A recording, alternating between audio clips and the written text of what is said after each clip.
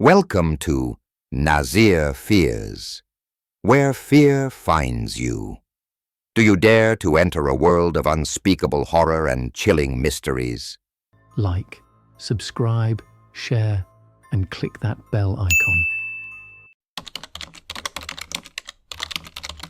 The haunted light of the ghost ship, the eerie and isolated coastline of Nova Scotia, Canada, is home to some of the most famous lighthouses in the world. But among them, the Peggy's Cove Lighthouse, perched high on a granite cliff overlooking the wild Atlantic Ocean, is shrouded in one of the most chilling tales of ghostly apparitions, lost ships, and a sinister curse. It is a place steeped in history, yet often whispered about for the events that still haunt its grounds, especially the story of the mysterious ghost ship that haunts the lighthouse. The Peggy's Cove Lighthouse has stood as a beacon of hope for sailors for more than a century, guiding ships safely through the deadly waters of St. Margarets Bay. But unlike most lighthouses, Peggy's Cove is not just a symbol of safety. It is a gateway to a curse that has plagued this area for generations. The legend of the ghost ship begins in the early 1900s. With the mysterious disappearance of the Mermaid, a merchant ship that vanished without a trace, one stormy night. The Mermaid was a well-known cargo ship that plied the waters of the North Atlantic. One winter's evening in 1911, the ship was en route from Halifax to New York when it encountered a violent storm just off the coast of Peggy's Cove. The ship's captain, Captain Jonathan Fay, had been a seasoned seaman with years of experience, and he was confident in his ability to navigate the storm. However, that night, something went terribly wrong. The winds howled, the waves grew monstrous, and the Mermaid was soon in danger of capsizing. Despite the desperate attempts of the crew, the ship disappeared into the storm. No distress signal was ever sent. No wreckage was ever found. In the days following the storm, rumors began to spread around the village of Peggy's Cove. Fishermen who were accustomed to the violent nature of the ocean spoke of strange lights seen on the water that night. They described glowing orbs hovering just above the waves, and a shadowy figure at the helm of the Mermaid, a figure that looked eerily like Captain Fay, still trying to steer his doomed ship. Locals began to speculate that the storm had claimed the Mermaid, but the crew's spirits had not found peace. They believed that the ship was cursed and would never be able to rest at the bottom of the ocean, doomed to sail the waters of Peggy's Cove for eternity. But as the years went by, strange things began to happen, things that could not be easily explained. It was said that on particularly stormy nights, when the waves crashed violently against the cliffs, sailors would spot a faint light on the horizon, drifting in and out of view. Some claimed it was the light of the Mermaid, glowing eerily from the surface of the water, as if trying to guide ships into its watery grave. Others claimed to see a large dark ship sailing through the fog, but when they approached, it would vanish, leaving only the sound of the wind and the waves behind. One evening in 1923, Thomas Porter, a young man working as an assistant keeper at Peggy's Cove Lighthouse, had a terrifying encounter with the ghost ship. It was a cold, foggy night, and the lighthouse light had just been lit when Porter noticed something strange on the water. At first, it seemed to be nothing more than the usual fog creeping in, but as he gazed out into the distance, he saw a faint light moving through the mist. The light was far too bright and constant to be a ship's lantern, yet it pulsed as though it were alive. Porter climbed to the top of the lighthouse tower to get a better look. As he peered through the lenses of the lighthouse, he saw it, a massive black-hulled ship emerging from the mist. It sailed through the fog with unnatural precision, and as it passed the lighthouse, Porter swore he could see figures on the deck. Their faces were pale and distorted, staring back at him with hollow eyes. The ship was surrounded by an otherworldly glow, and despite the fog, it seemed to move effortlessly through the water, as if it was not bound by the same laws of nature. Terrified, Porter rang the bell at the lighthouse, signaling for help. But when other members of the crew arrived, the ship was gone. No one else had seen it, and when they checked the water, there was no trace of the ship. Porter, however, was certain that what he had seen was real. The ghostly ship had passed right under the lighthouse's beam, and the figures had gazed back at him with eyes full of sorrow and dread. From that night on, strange things continued to happen around the lighthouse. Crew members reported hearing eerie noises at night, whispers, footsteps, and the sound of chains dragging across the floor of the lighthouse. On stormy nights, the light in the tower would flicker and dim, as though it were fighting to stay lit.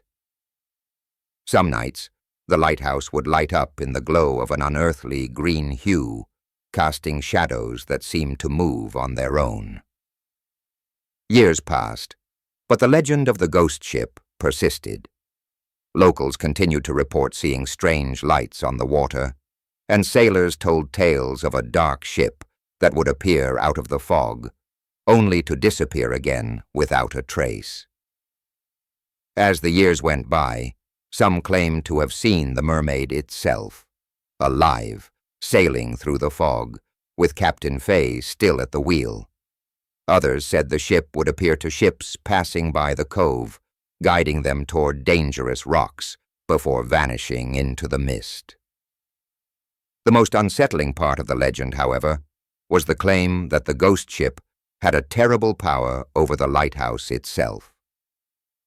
On certain nights, when the fog was thickest, it was said that the ghostly ship would pass directly beneath the lighthouse tower, causing the lighthouse to shake violently. The light would flicker and sputter, as if it were being stolen by an unseen force. According to the locals, this was the ship's curse. Whenever it appeared, it would demand a sacrifice, taking something from the lighthouse each time. In the late 1940s, the lighthouse was automated, and the keeper's position was eliminated. But even after the lighthouse became fully automated, strange occurrences continued to plague the area. Visitors to Peggy's Cove reported feeling an overwhelming sense of dread near the lighthouse, and some even claimed to have seen the ghostly figures of the crew standing on the cliffs, watching them with hollow eyes. One particular incident in the 1950s stood out. A group of tourists, visiting the lighthouse during a particularly stormy night, claimed to have witnessed the mermaid in full form, sailing directly into the cove. The ship appeared through the mist, glowing with an eerie light, and just as it reached the rocks near the lighthouse, it disappeared without a trace. The tourists were so terrified that they fled the scene, but when they returned the next day, there was no sign of the ship or the figures on the deck. To this day, the ghost ship of Peggy's Cove remains one of the most enduring and chilling tales associated with the lighthouse. Some believe it is simply a myth, while others are certain that the ghostly ship still sails the waters off Peggy's Cove, seeking to claim new victims and forever cursed by the events of that fateful storm. The eerie glow on the horizon, the strange figures in the fog, and the flickering light of the lighthouse are reminders of the tragedy that still haunts the shores of Peggy's Cove. The ghostly keeper of Point. Sur Lighthouse. Point Sur Lighthouse stands on a rugged promontory on the central coast of California, its beacon cutting through the mist and fog that often envelops the coastline. The lighthouse was built in 1889 to help ships navigate the treacherous waters off the Pacific coast, known for their dangerous rocks and unpredictable currents. Over the years, the lighthouse has saved countless vessels from disaster. But it also carries with it a darker legacy, one filled with strange occurrences, eerie apparitions, and a tragic story that still haunts the lighthouse to this day. The story begins in 1920 when the lighthouse was being manned by William Westbrook, a grizzled and solitary lighthouse keeper. Westbrook had been assigned to Point Sur for many years, and during that time, he had become known for his commitment to the job. He was a quiet, reserved man, dedicated to keeping the light shining and ensuring the safety of the passing ships. However, behind Westbrook's calm exterior was a man haunted by a deep sadness, one that he kept hidden from the other lighthouse keepers. Before arriving at Point Sur, Westbrook had lost his wife and child in a tragic accident. They had been on a ship bound for California, but the ship had encountered a violent storm, and it sank in the cold, unforgiving waters of the Pacific. Westbrook was devastated by the loss, and ever since, he had thrown himself into his work, seeking solace in the isolation of Point Sur. The lighthouse keeper's quarters were small and sparse, perched on a cliff that offered breathtaking views of the ocean below. But despite the beauty of the surroundings, Westbrook felt a constant sense of dread, as though the ocean and the winds carried the voices of the dead. He often spent his nights walking the lighthouse tower, the sound of his boots echoing through the silence, his thoughts consumed by grief. It was during one of these long, solitary nights that Westbrook began to experience the first signs of the lighthouse's haunting. One evening, while performing his usual checks in the tower, he noticed a faint glow in the distance. At first, he thought it was just a trick of the light, a reflection off the water, perhaps, but as he stared into the darkness, the glow seemed to grow brighter. It was not the usual flickering of distant ships or the normal beams of light from other lighthouses. This light was strange, unnatural. Curious and unnerved, Westbrook climbed the stairs to the lantern room and peered out over the cliffside. The light, which had now intensified, seemed to be coming from the direction of the rocks below, where the shipwrecks of the past lay hidden beneath the waves. Westbrook's heart began to race. The light flickered again, casting shadows that seemed to move on their own, and for a split second, he thought he saw a figure standing by the water, a woman dressed in white, her features hidden in the mist. He blinked, and the figure was gone. From that night on, strange occurrences began to plague Westbrook's nights. He would hear footsteps echoing in the halls of the lighthouse when he was alone, and at times he would wake in the middle of the night to see a faint light coming from the tower, even though he was certain he had extinguished it. He began to question his sanity, wondering if the grief of losing his family had finally taken its toll on him. But the sightings didn't stop. They grew more frequent and more disturbing. One stormy night in 1923, while the waves crashed violently against the cliffs and the winds howled through the tower, Westbrook was startled by a knock on his door. He opened it to find no one there. The night was cold and still, and the only sound was the wind. But as he stepped outside, he noticed a figure standing at the edge of the cliff, facing the churning ocean. The figure was tall and thin, wearing a long, dark cloak that billowed in the wind. Westbrook called out, but the figure didn't respond. Slowly it turned toward him, and Westbrook's blood ran cold. The figure's face was obscured by shadows, but the hollow eyes staring back at him sent a shiver down his spine. The figure took a step toward him, and before Westbrook could react, it vanished into the mist. Heart pounding, Westbrook rushed back inside, locking the door behind him. He had seen the figure again, the same mysterious presence that had haunted him for weeks. But this time, it felt different. This time, it felt as though the figure had been waiting for him, drawing him closer. Over the next few weeks, Westbrook's behavior grew more erratic. He became obsessed with the figure, convinced that it was a manifestation of his grief or a warning from the past. He started to believe that the lighthouse was cursed, that the spirits of the dead sailors who had perished in the surrounding waters were trapped in the fog, unable to move on.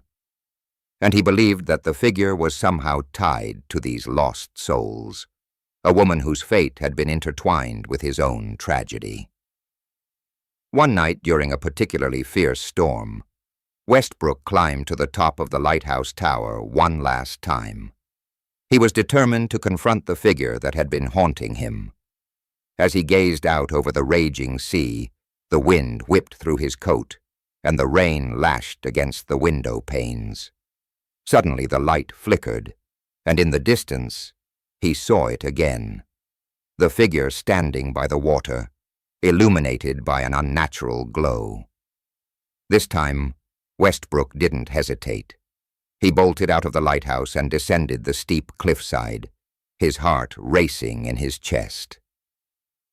As he neared the edge of the rocks, the figure turned to face him, its features now visible in the dim light.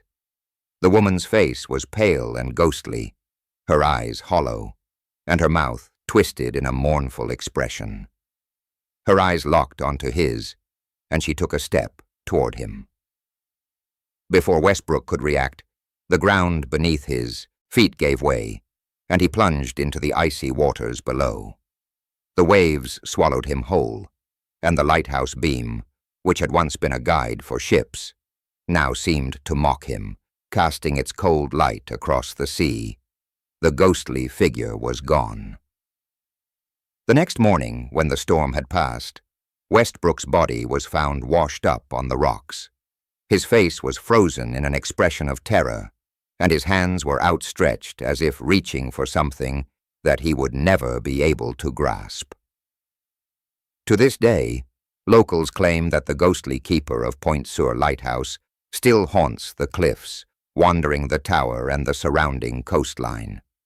Visitors who brave the lighthouse's isolated location report seeing strange lights in the distance, hearing footsteps on the cliffs, and occasionally witnessing a shadowy figure standing at the edge of the rocks, staring out at the ocean. Some believe that William Westbrook's ghost never left, forever tied to the lighthouse where he spent his last moments. The lighthouse continues to stand, its light flashing across the waters of the Pacific. But for those who know the story, it serves as a chilling reminder of the curse that haunts the cliffs of Point Sur. The Phantom of East Brother Island Lighthouse. East Brother Island Lighthouse, located in the San Francisco Bay, is one of the most charming and historic lighthouses in California. However, beneath its picturesque facade lies a dark and eerie history that has left many who visit the island haunted by strange encounters and unsettling experiences. The story of the Phantom of East Brother Island Lighthouse begins in 1890, when the lighthouse was first built. It's said that the ghost of a former keeper haunts the lighthouse, forever tethered to the island where he met a tragic and mysterious end. The keeper in question was Charles Martin, a man who had served as a lighthouse keeper in the Bay Area for many years. He was a solitary figure, a man of few words, known for his diligence and commitment to keeping the lighthouse operational. Charles was a widower, and after the death of his wife, he retreated into his work, finding solace in the isolation of the lighthouse. He had no children, no family to visit, and he spent most of his time maintaining the light and keeping watch over the bay. His only companion was the sea, which he had come to know as intimately as his own reflection.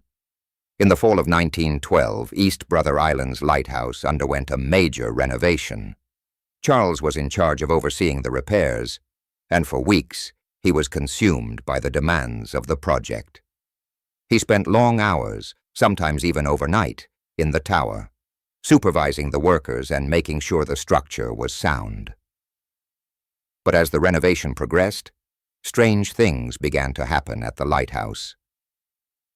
At first, it was little more than a few unexplained noises, scratching at the windows, whispers in the walls, and the occasional creak of the wooden floors. But as the days wore on, the occurrences became more frequent, more unnerving. One night, as Charles was making his rounds through the lighthouse, he heard something he couldn't explain. Footsteps. But these footsteps were different. They didn't belong to a man, and they didn't sound like the footsteps of someone walking around the tower. Instead, they echoed through the narrow halls, heavy and deliberate, as though someone was pacing back and forth. Charles called out, thinking it was one of the workers who had stayed behind. But when no response came, he grew suspicious. He searched every room, but there was no one there. As the days passed, Charles grew increasingly uneasy. The sounds continued, growing louder each night. The whispers, the footsteps, and the occasional glimpse of a shadow darting across the walls began to fray his nerves. He told himself it was just the isolation getting to him. He had been spending too much time in the lighthouse, but deep down, he knew something was wrong. It wasn't long before he began to see things that couldn't be explained. Figures in the corner of his vision, fleeting glimpses of people standing in the tower's windows, and the feeling of being watched from the darkness. On one particularly stormy night, when the waves of the bay crashed violently against the rocks and the winds howled through the lighthouse, Charles had an experience that would haunt him for the rest of his days. As he was climbing the stairs to the lantern room, the cold wind carrying the smell of salt and seaweed, he saw a figure standing at the top of the tower, gazing out over the bay. The figure was tall, thin, and wearing a long, dark coat. Charles called out, but the figure didn't respond. It simply stood there, motionless, staring out into the darkness. Charles slowly approached, but just as he reached the top of the stairs, the figure vanished. Terrified, Charles rushed to the window and looked out over the bay, but there was no one to be seen. The storm had worsened, and the only light came from the lighthouse itself. The eerie sensation of being watched remained, but Charles couldn't shake the feeling that the figure had been real. It wasn't a trick of the light or his imagination.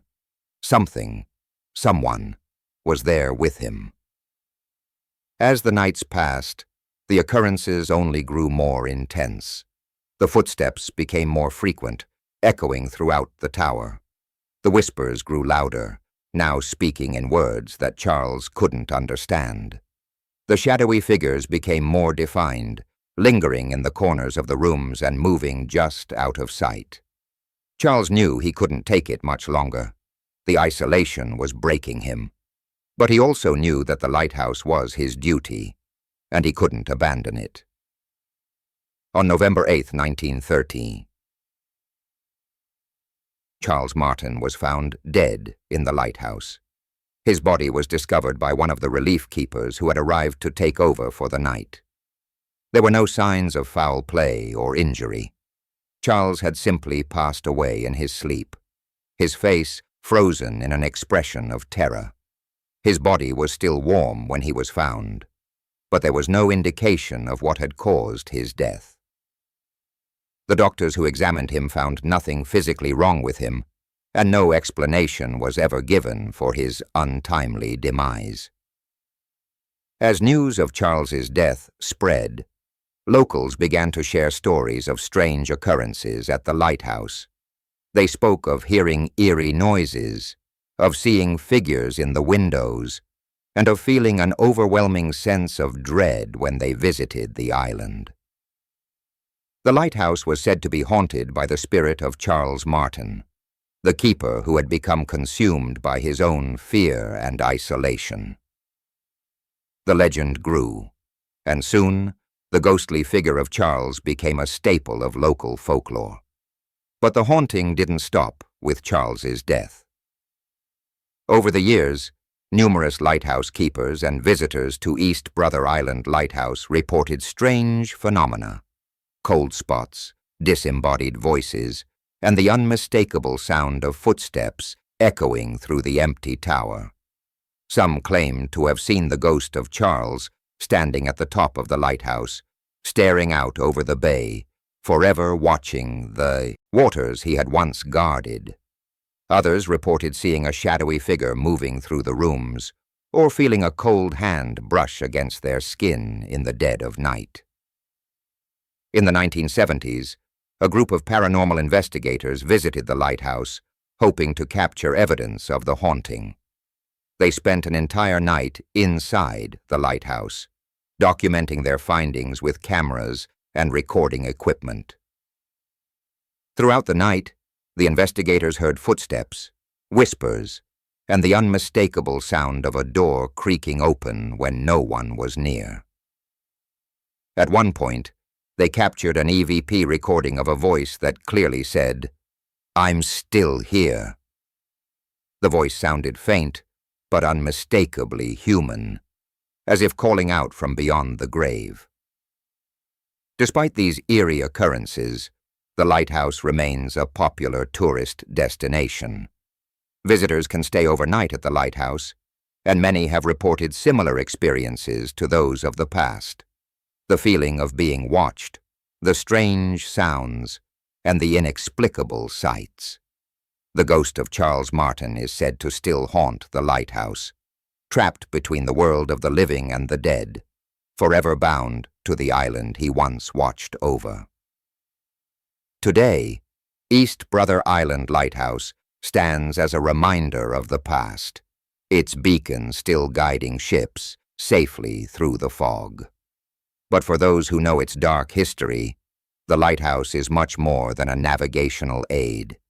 It is a place of mystery and death, where the past lingers and the spirits of the dead refuse to rest.